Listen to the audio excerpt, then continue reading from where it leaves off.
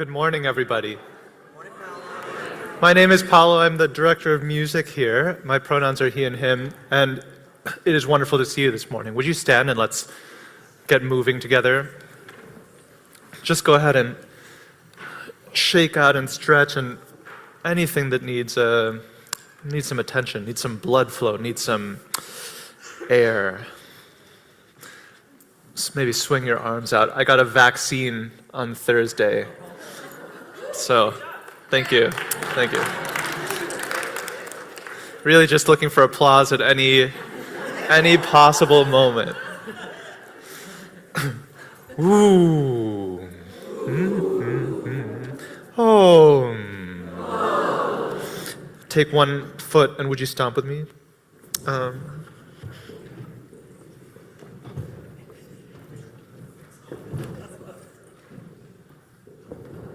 Great.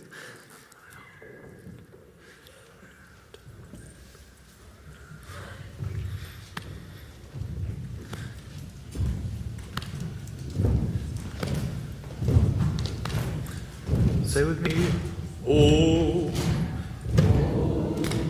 oh, oh, oh, and whatever earth that your heel is finding, whatever substance, see if you can put that in the voice. It goes, oh, oh, oh, oh.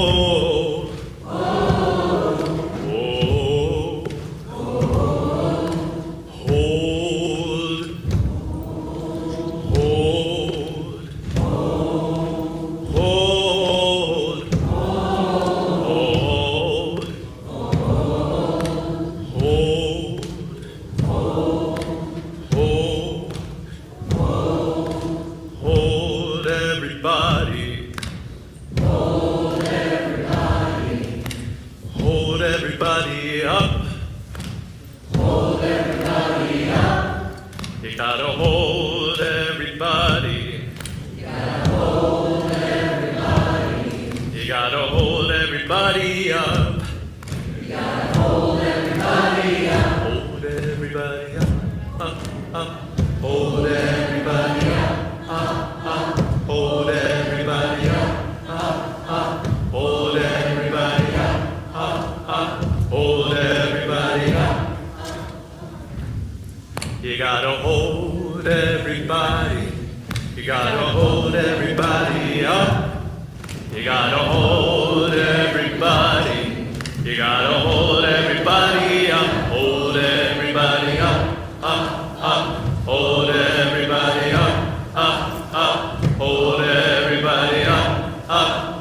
everybody up. You gotta hold everybody. You gotta hold everybody up. You gotta hold everybody. You gotta hold everybody up. Hold everybody up. Up, up. Hold everybody up. Up, up. Hold everybody up. Up, up. Hold everybody up. Oh, oh, oh.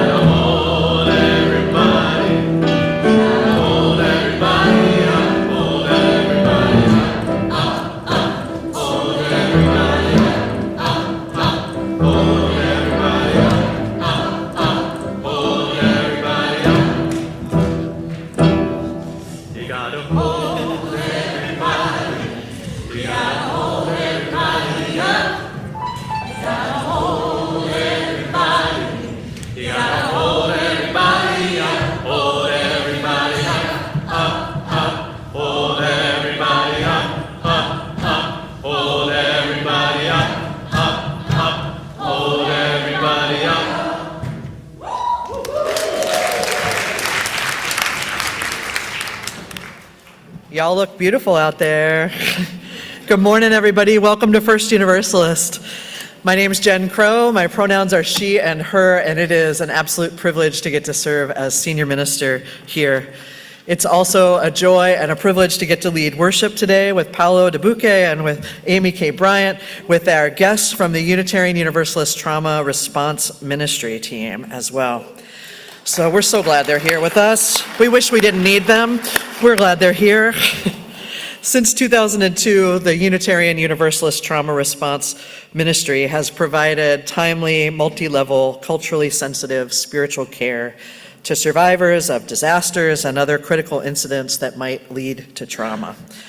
They offer their care, they bear witness, they help mitigate the effects of the individual and collective harm that we've been experiencing here over the last many months at this point. We're grateful that they're here, and we are welcoming with us over the next few days, so Sunday through Wednesday, Reverend Rosemary Bray McNatt is here and will be preaching with us today. We're super grateful for you.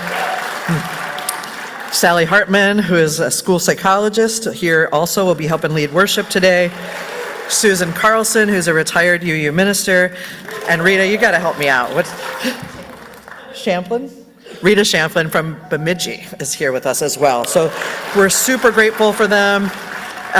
There's gonna be time from 1 to 2:30 down in the social hall for anybody who wants to gather with folks from this team to share in some conversation and move through some processing together.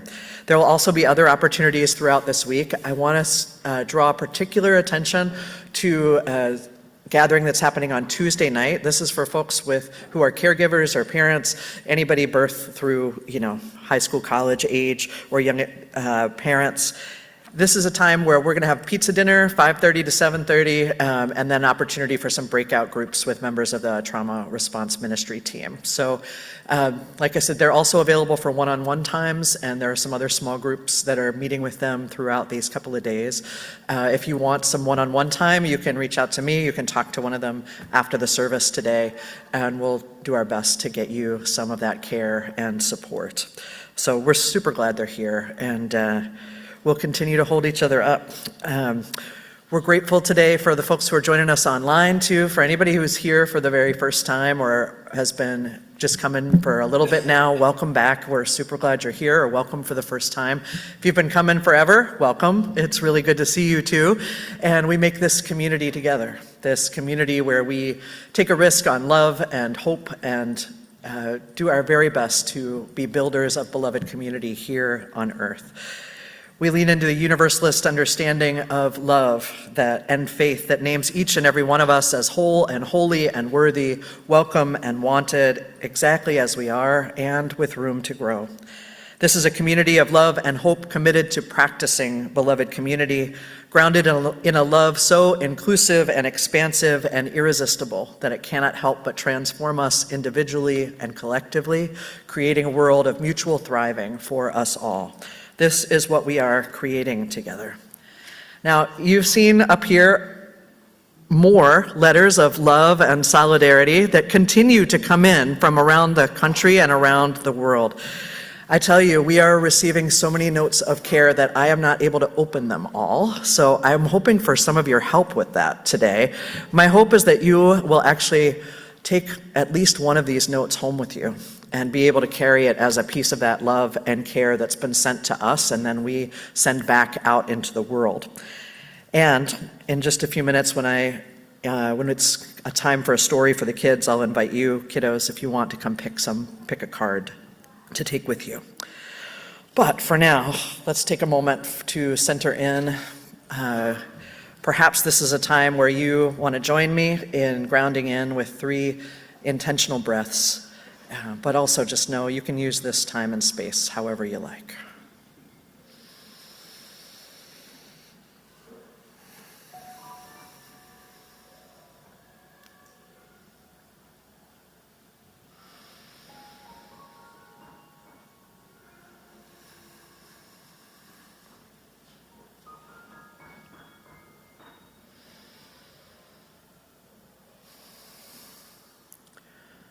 From this space of connection and calm, We remember the hopes and promises that keep us together as a community.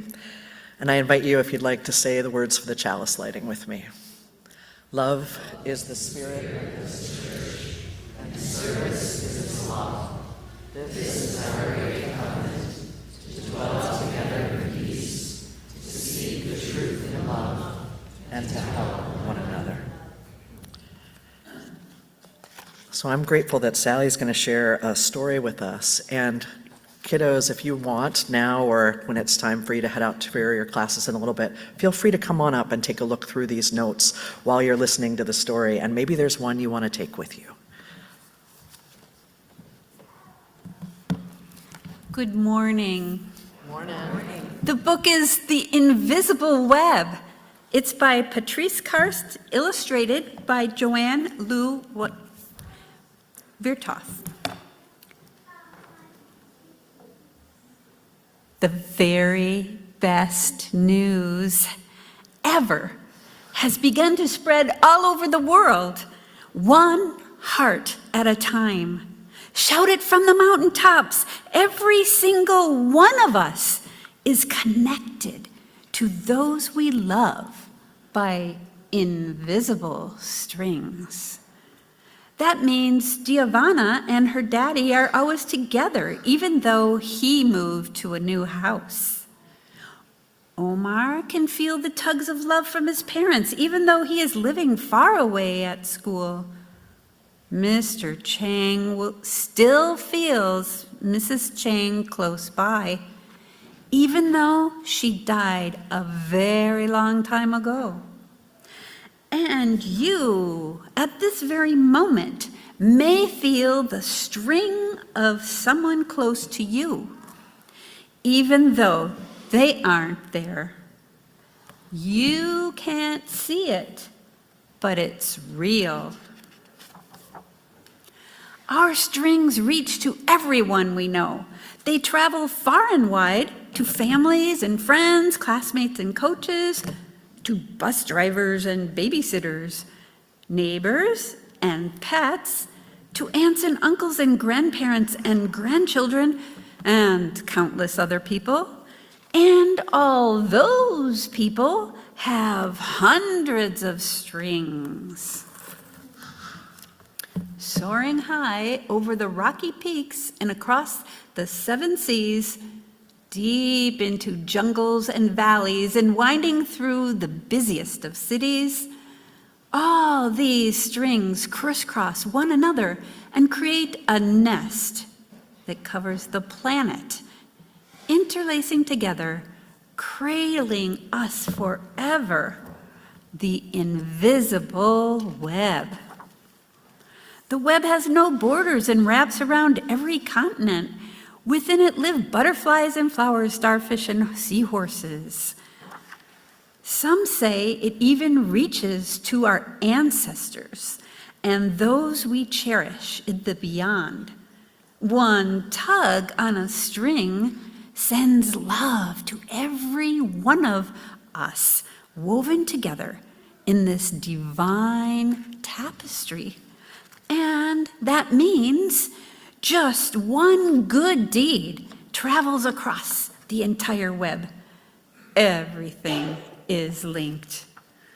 But sometimes folks forget. When they can't feel their strings, they forget about our invisible web. And that's when strings get tangled up. Like when Louisa isn't invited to sit with anyone at the school at lunchtime, or when sad Stefano wishes his friend Marcos wasn't so bossy when they played, or when Mrs. Patel struggled at work without help and she just wants to quit. Even violence or war can erupt when too many of us forget the web. When strings are ignored, they can become weak and begin to unravel. But the more people who care for the web, the stronger it remains. And some of the people there are holding signs, peace on earth, love is the answer. The web feels like every parent since the beginning of time, holding and protecting each one of us in millions of gentle arms. What could be stronger than all those hands holding us close? So many supportive fingers can always find a way to untangle strings so that love can flow again. But it's up to each one of us to spread the word. Our time is right now. As we tell our family and friends, sisters will remind brothers, brothers will write to their cousins, cousins will call their grandparents, and the grandparents will just nod and smile as if they have always known about the web. If we remember the web and tug at it often, nobody ever gets left out. We will see others more clearly. The people of the world will look into each other's eyes. They will smile at one another. And when one of them cries, they will all want to help. And they do.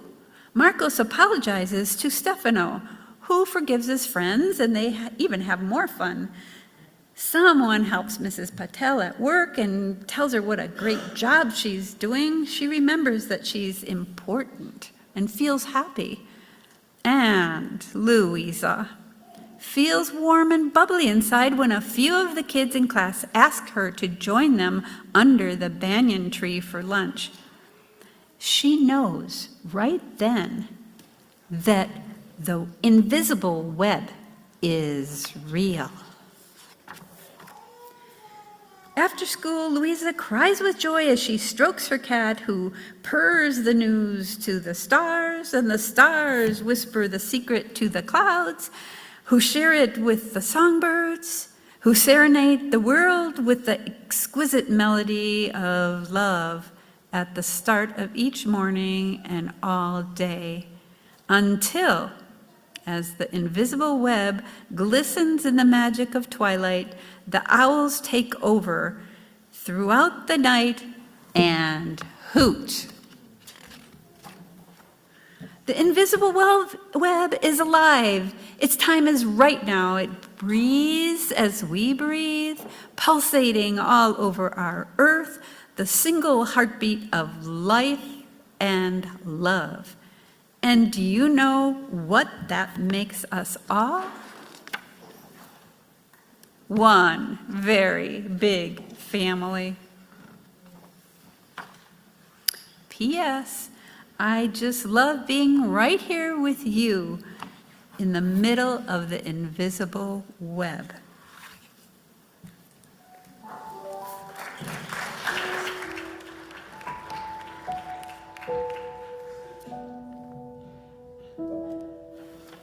When we come together in community, we make time to be all together like this, and we also make spaces that are just right for the different communities among us. We're all growing in our spiritual lives when we're in different spaces and different groups. Now is that time when our children and youth and their teachers and guides begin to make their way into the spaces made ready just for them. So kiddos, teachers, guides, if you want to come up and take a gift of a card of solidarity with you, you are welcome to pick one out. And we're also going to have you carry the light of the chalice with you as you follow the flags toward their classes.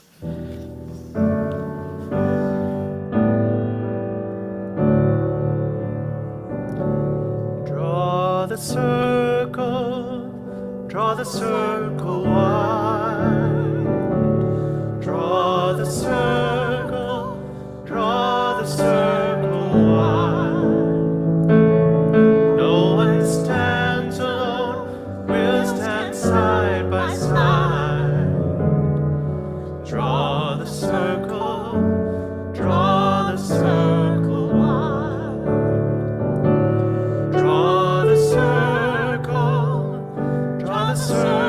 wide.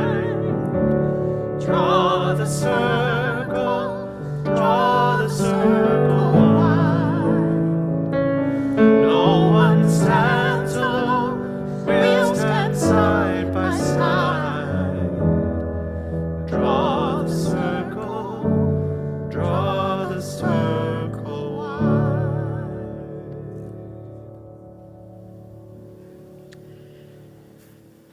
In this uncertain world, being able to offer some certainty to the youngest among our congregation matters.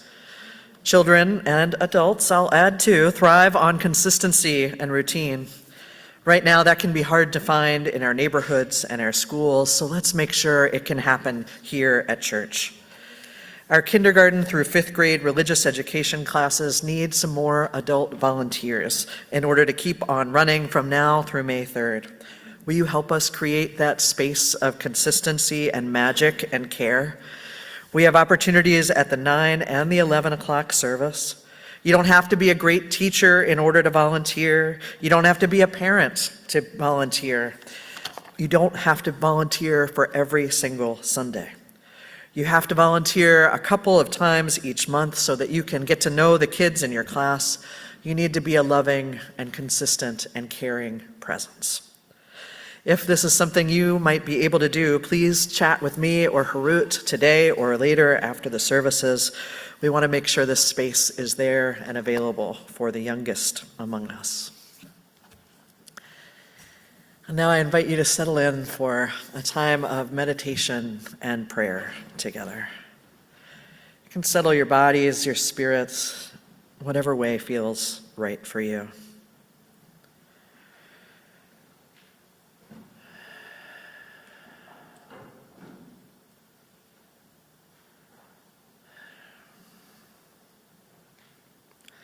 And this morning, I'm going to let others pray for us. We've been receiving these cards of care, these letters from all over. This morning, I'll lift up a message from the Unitarian Universalist congregation of Whidbey Island for us as our prayer. Dear friends and our beloved sibling congregation, we are a small congregation on an island in the Salish Sea in Washington State. With all the news coming at us out of Minneapolis, we carry a constant awareness of the way our fellow Unitarian Universalists are stepping up to the important work to nurture and protect your community and to help save our democracy. We needed to find a way to help. We are small, but we are mighty.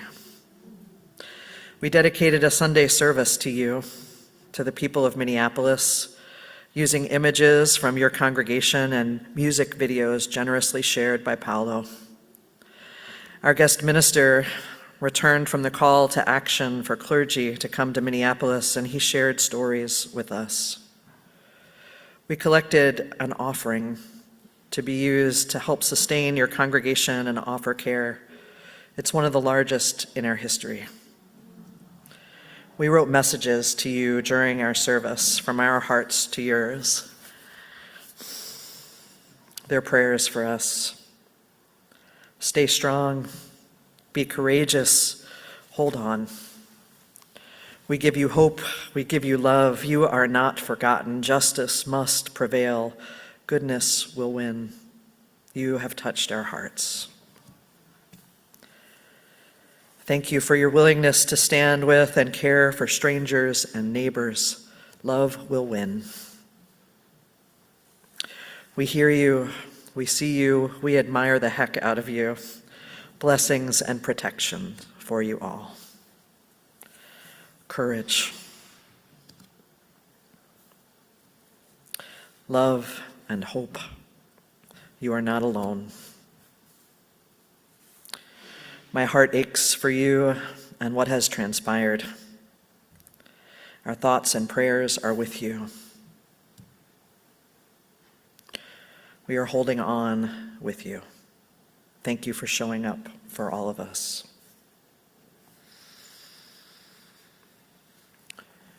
We pray for ourselves and each other, for sustained strength as we continue to choose love, to offer grace to ourselves and each other, to know the world as it is and as it can be in all of its brokenness and beauty, to be nourished, to know love, to give love, to be healed and healing in love. We send our love to longtime church members Connie Dierks and Harry Pontiff as Harry moves through some health difficulties. Our thoughts, too, are with Tom McLeod and Krista Anders. Tom's father, Thomas Woodward McLeod, died on February 9th at the age of 95. His family reports that his last months in hospice were filled with a gratitude so brilliant it outshone his life's challenges. We send our congratulations to our sibling congregation, the Minnesota Valley Unitarian Universalist Fellowship in Bloomington, as they celebrate their 60th anniversary today. It was over 60 years ago that the Reverend John Cummins, minister emeritus here, invited a group of First Universalist members to consider starting a new congregation in Bloomington. It was obviously a success. We bring our own prayers to this time and space. We bring all that we carry, trusting that when we hold it together in community, all of those joys are magnified, all of those burdens are lightened. May we continue to lean in and learn to trust that we are not alone. We are holding it together. May it be so.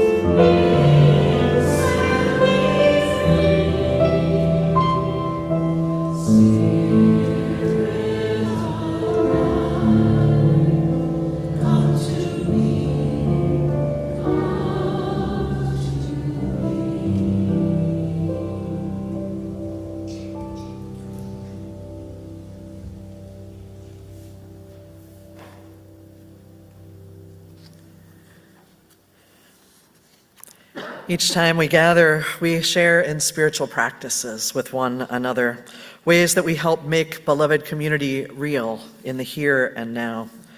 One of the ways we do that is by sharing what we have so that we can all have what we need. Right now, we're in the midst of our annual pledge drive, which is the way that we sustain our community, making it possible for it to be a place of care, not just for us who are part of it, but also for our larger community as well. If you are a member of the church, you received a pledge packet in the mail or you picked one up. If you're new to us and you also want to be a part of helping to sustain the financial life of this church, please check out our website. Please make a pledge or financial commitment online. We would love to have you join with us in that. And we share with one another how and why this place brings us hope and why we too commit to it together. So Dallas, come on up and share with us. You got it. Yep. Hi, everybody. Hi, good morning. My name is Dallas Rising. I use they and she for pronouns. And if you've been around here for a little bit, you probably recognize me because I'm around here all the time. And I have been invited to come up and talk with you today about why I give a percentage of my income to this church. We give in different ways, and I'm going to tell you about mine. So I do spend a lot of my time in this community. I invest in our shared vision for how we want to show up in the world, both as a congregation and as Unitarian Universalists. I'm active in our Sanctuary and Resistance team. I lead a place to start once a month. I'm a worship associate. I do some other stuff. But once upon a time, I was brand new. and I was wondering if this was the right place for me. I started attending this church in 2020 when we were all on Zoom, and it was several months after Minneapolis police had murdered George Floyd a block from my home, and I had jumped in with both feet organizing and doing all the things at that time, and I was worn out, like super worn out, and needed some guidance, some counsel, some wisdom, something. And so I logged into church, and I recognized that this place was special right away, even through a screen. I was really grateful to have found it, and I wondered, like, what would joining a church mean for me? What would that look like? And my main model of church growing up was through my sister and her family, and they belonged to the LDS church, the Mormon church. Pretty different than us around here. Mormonism is a highly organized religion. The people who participate are expected to spend a lot of time investing in their local communities and their wards, and they're also expected to tithe, which is giving 10% of their income to their church. And that was my model. That was my reference point when I was thinking about what joining a church might look like. And I assumed that I would be making a similar level of commitment to service in my community and giving of my time and my resources to that degree, because that's what I knew. But as an agnostic, I don't invest in this church, in my church, because I fear what will happen if I don't. And I don't expect any kind of a reward after death for my sacrifices in life. I invest in this church because this community has been giving me hope since I first logged on in 2020. And last week, he was doing this gig up here at the podium, and he shared about how he thinks about hope as something that he has and he carries inside him, and that's very beautiful. And for me, that's not how I relate to hope at all. I can't trust that I'm going to feel hope or have it at any given point. And so the way that I relate to hope is I think about it as something that I do, that my actions create conditions that are more hopeful for me. And that's how I relate to it. And we have pluralism as one of our values, and it's real common for us to have different ways of approaching things that matter, and great. But I'm hopeful that you will agree with me that around here, we don't just say that we're committed to a shared vision of justice and love, but that we really try to show up that way as well. And at this church, we're doing our best to hold ourselves accountable to meeting oppression with an unwavering commitment to safety, to protecting those at the margins. We've been doing that in an intense way these past couple of months, both as individuals and as a community here. Many of the people, and we have a long way to go. I always have to say that. We have a long way to go. We always have room to grow. But many of the people who come to this church share an earnestness in our commitment to do not only the logistical kinds of works and the tangible physical things, but also the deep spiritual work of confronting the forces both within and without that block us from beloved community. That's what we're up to around here. And I have made deep and lasting friendships here. Do you know how hard it is to make new best friends in your 40s in Minnesota? Like, it is almost unheard of, but it happens here. So I've also been shocked to see how much I've changed as an organizer, as a white organizer, since the murder of George Floyd, and I credit a lot of that to how this community has shaped me. I'm noticing it in these last couple months, like, ooh, I'm not the same kind of organizer I was before in a different but similar kind of echoey circumstance. So I give of both my time and my money here because it helps me to stay accountable for what I say I believe in. And in a capitalist society, a budget, whether it's personal or organizational, that's a moral document. It reveals where your priorities really lie, what truly matters to you. And as a person who works for myself, my income can vary a great deal from year to year, quarter to quarter. That's just the reality of it. So my giving varies too, because I give a percentage, right? Last year, I did better than expected. I was able to give 1.5 times more than I had pledged.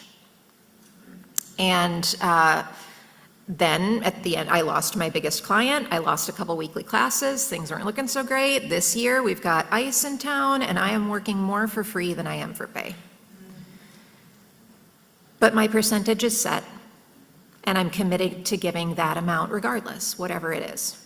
Because while my income may vary, my commitment to this community does not. So of course, I know that if I were in a place where I wasn't able to give that much, my percentage could change. I could reach out to the church for help. But let me see, giving is a spiritual practice. And we know that spiritual practice is not always fun or easy, but when we approach it with a clarity of purpose, it does help us to grow. So was it kind of hard to write those bigger checks when I was doing well? Honestly, yeah. And yeah, you heard, it's checks. I write checks because I don't want percentages of my money to go to huge credit card companies, right? So I give in checks. I don't use them for anything else anyway. And when I was writing those bigger checks, I thought, maybe they wouldn't really, nobody would know if I just did the usual amount. But obviously I would know. And that moment of like, ooh, this is a little bit tough, like that's the growth. That's the growth. That's where we do the work. And I'm not willing to sell out on that growth, that spiritual growth, and the learnings that it gives for a couple $1,000. It's not worth it. So what if everyone here gave a percentage of their income for the church? I'm not saying we should do everything like the Mormons, but let's consider this idea, right? Like, how would that change our budget? They got so much money. Would it mean that we could say yes to even more? I loved Cameron's idea of paying off the building. Like how much freedom that would give us. I would love to give a percentage of our budget to Minnesota Honor Tax. I would love to give a percentage of our budget to Moose Jaw, our state action network. So I give 6.5% of my income before I pay taxes. That's what I do. And sometime at some place, past Dallas did some math. I don't know. But I figured that would be about 10% of my income after taxes. And honestly, I really don't understand taxes. They stress me out. I could be wrong, but that's my number. It made sense at the time. I've stuck with it. So I wanted to make my percentage giving as easy as possible myself. So I did the decide once principle. I made the decision. It's easy for me to calculate that 6.5% out of every check that comes into my business. And then I deal with the rest. But I was going for about 10% after taxes because that's a traditional tithe. I also I'll also disclose, I'm married. This is only my income. My spouse has not agreed to this. My spouse is not a member here, but we figured it out as a family. So he supports my decision to give a percentage of my income. I know that that's not everybody's circumstance. We have a lot of different kind of financial circumstances in this space. The ways we give reflect those differences, and this approach will not appeal to everyone. But if hearing about my way of doing things kind of opens up a sense of possibility or relief, I encourage you to steal it. Thank you.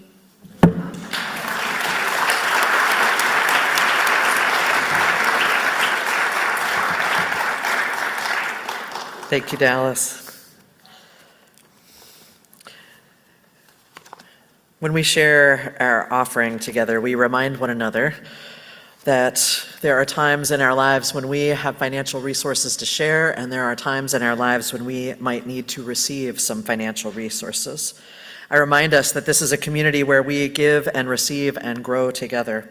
And if this is a time when you might be in any need of financial or spiritual care, please let us know. There are funds available to help each other out, ears to listen, hands to help hold each other up as we move in rhythm together. This week, we will be sharing our offering with the Bedote Prayer Camp.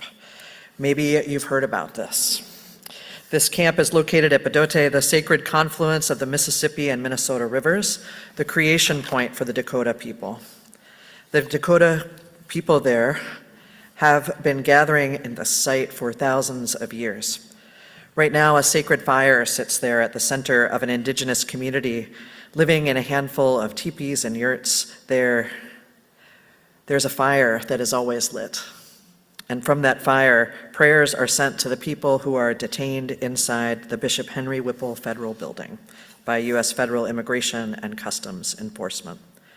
The offering this morning will be shared in order to help support the supply needs at the camp at Badote. I invite us to give as generously as we are able today.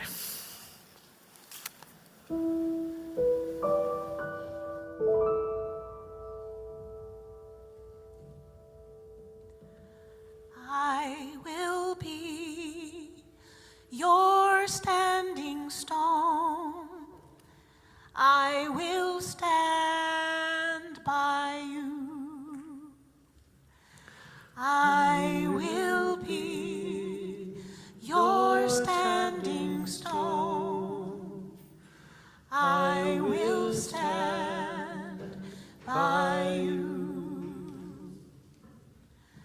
I will be your standing stone. I will stand by you.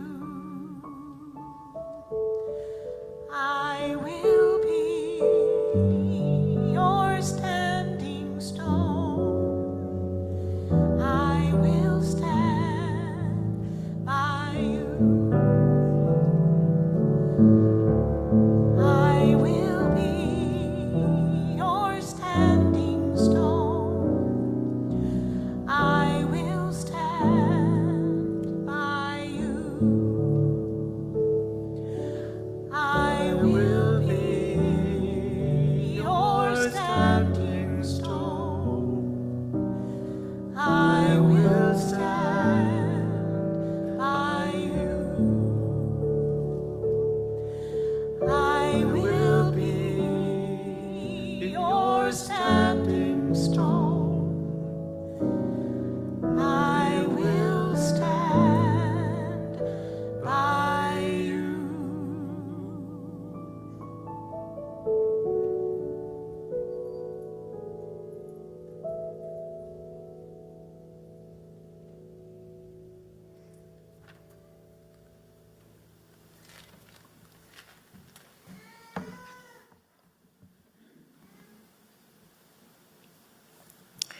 The reading this morning comes from a poem by Lucille Clifton, Won't You Celebrate With Me?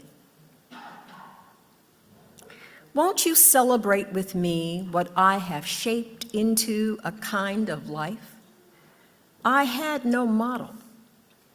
Born in Babylon, both non-white and woman, what did I see to be except myself? I made it up. Here on this bridge between starshine and clay, my one hand holding tight my other hand. Come celebrate with me that every day something has tried to kill me and has failed.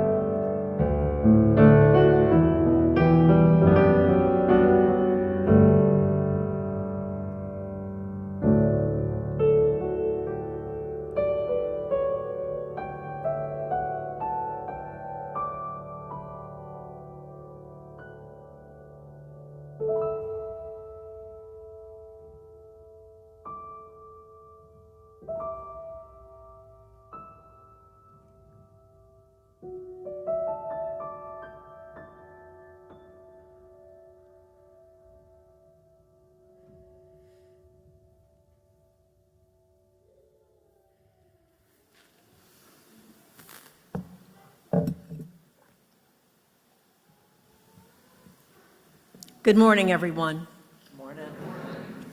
On behalf of my colleagues at the Unitarian Universalist Trauma Response Ministry, I want to thank you all for allowing us to join you today to share this time of worship with you.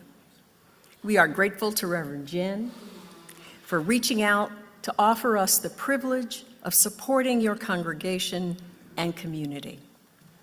Most of all, please know how sorry we are that you are living through this series of events and how much we stand in solidarity with all of you. I first came to do this work in the wake of the September 11th attacks. I was 3 weeks into my first settled ministry when they occurred, and spent several weeks as a chaplain in what was known as the Red Zone in the weeks following. Those weeks became my introduction to trauma and disaster spiritual care. I walked around and handed out bottles of water to workers. I prayed with members of DMORT, the federal mortuary team, as they collected DNA in an effort to identify the dead. A task, by the way, that continues 25 years later. One morning, I walked to check in on a firehouse a half block from Ground Zero. On a stool sat a lone firefighter in a space occupied only with neat piles of firefighting gear. As he spoke about that awful day, about being assigned to stay behind at the house, about the endless phone calls from mothers and wives and daughters asking whether he had seen any of his colleagues, about realizing that none of them would ever come home again. He motioned with his head to the gear against the wall, explaining that as his brother firefighters were recovered, their gear was brought to the house, folded so carefully against the station wall, where he continued to keep watch. I asked him, "How are you holding up?" He said he was doing the best he could and added, "I have to keep going. I have to keep holding on. We all do. If we give up, they win. We can't let them win, right?" I have continued to ask that question of many people ever since. How are you holding up? It was and is an open-ended question that begins with an acknowledgement that whoever I am speaking to has bared up under an awful and often unbearable weight. I do not tell this story to make comparisons. Every disaster and critical incident carries its own terrible cost, and none are like each other. But I do want to say something to you that may be difficult for you to hear. Your actions and the actions of your neighbors here in Minneapolis have been such an inspiration to so many of us throughout the country.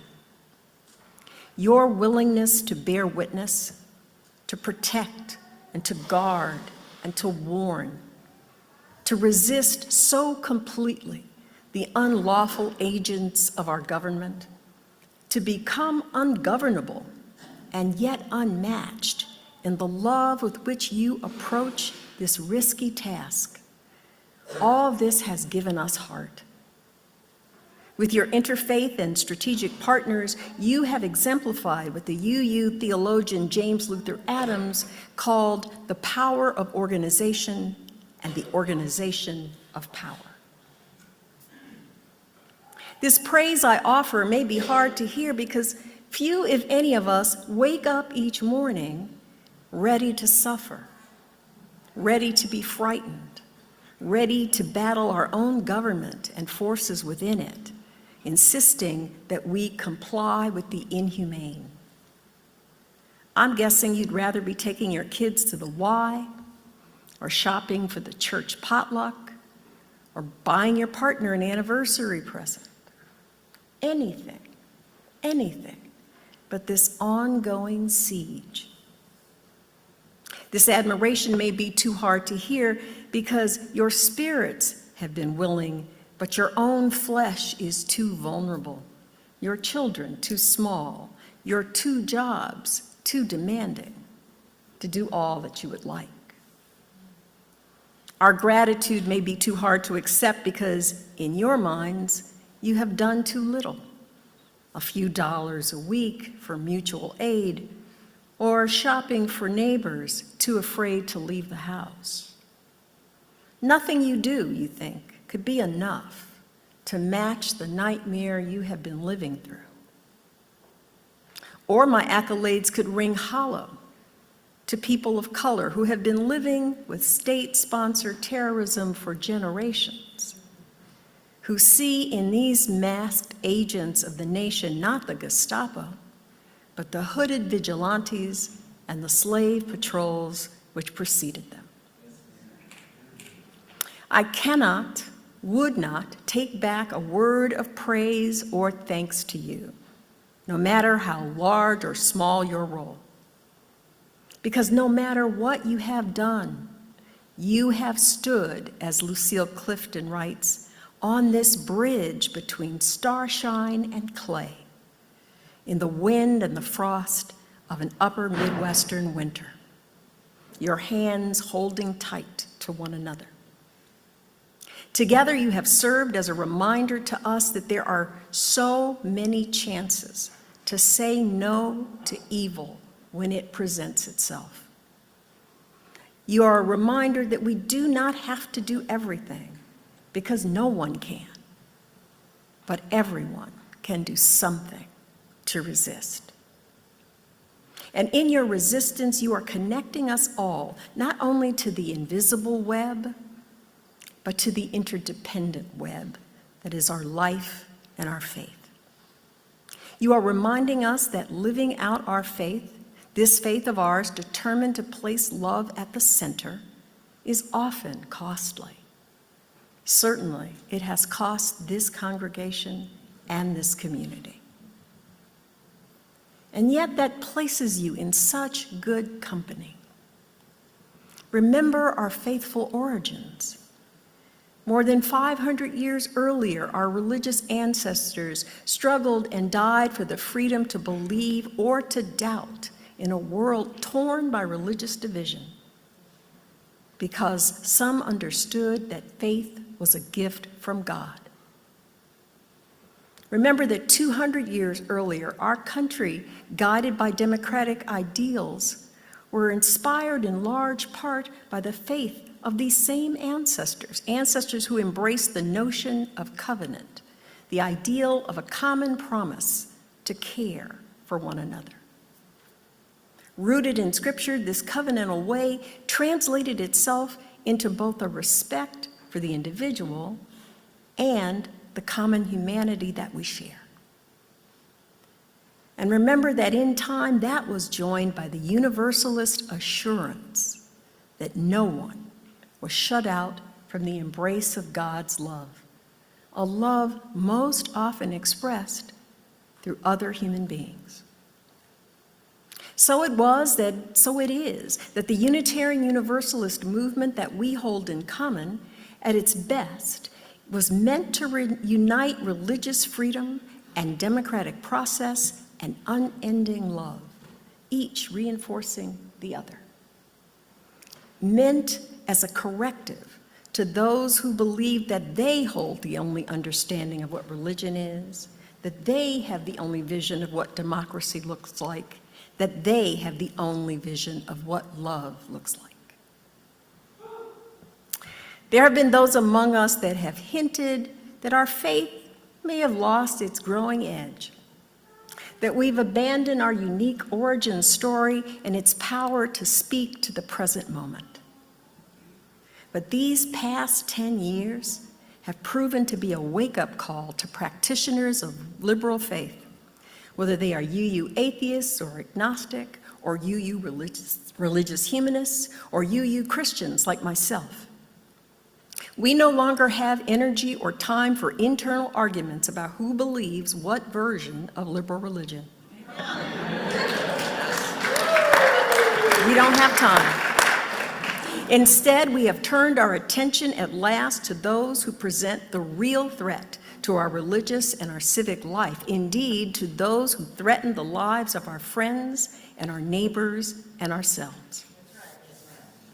And no, you did not sign up for any of this, but you have shown up for it just the same.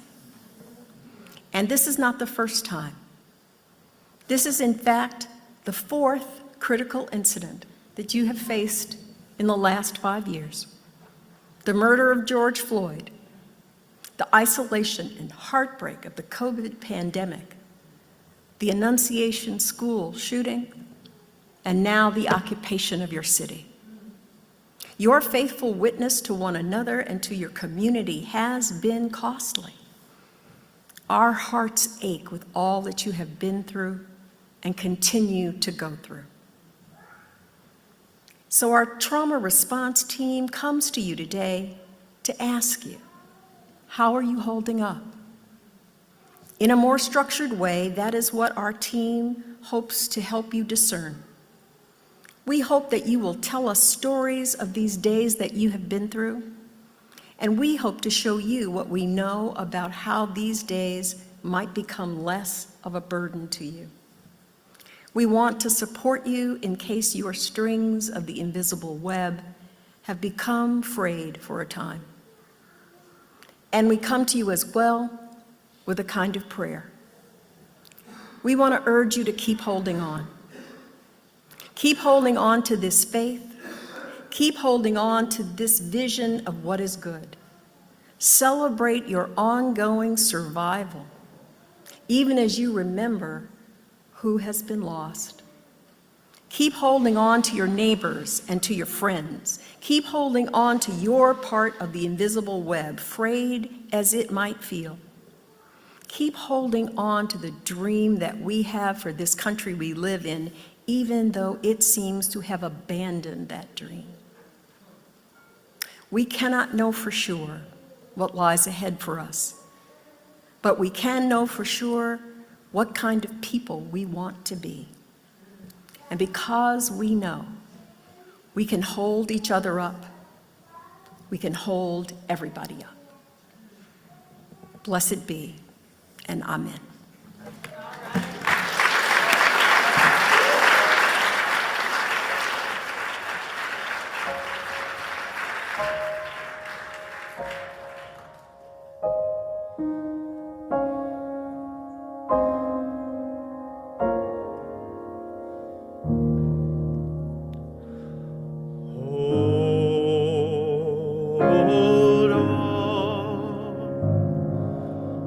Hold on,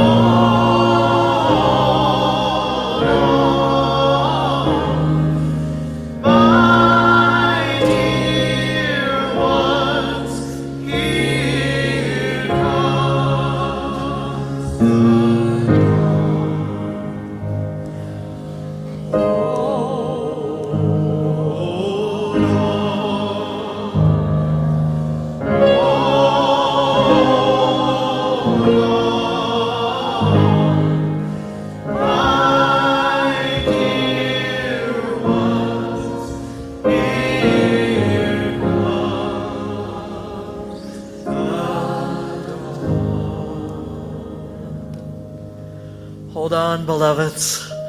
Hold on to that invisible thread, that web that is holding us up. Come up after the service, bring a card or two of care and love home. Take this thread, this hold on this thread home with you. Stay with us here 1 to 2:30 down in the social hall for time with the trauma response ministry team. Chat with folks after the service. Join us for family dinner on Tuesday night if you have kiddos.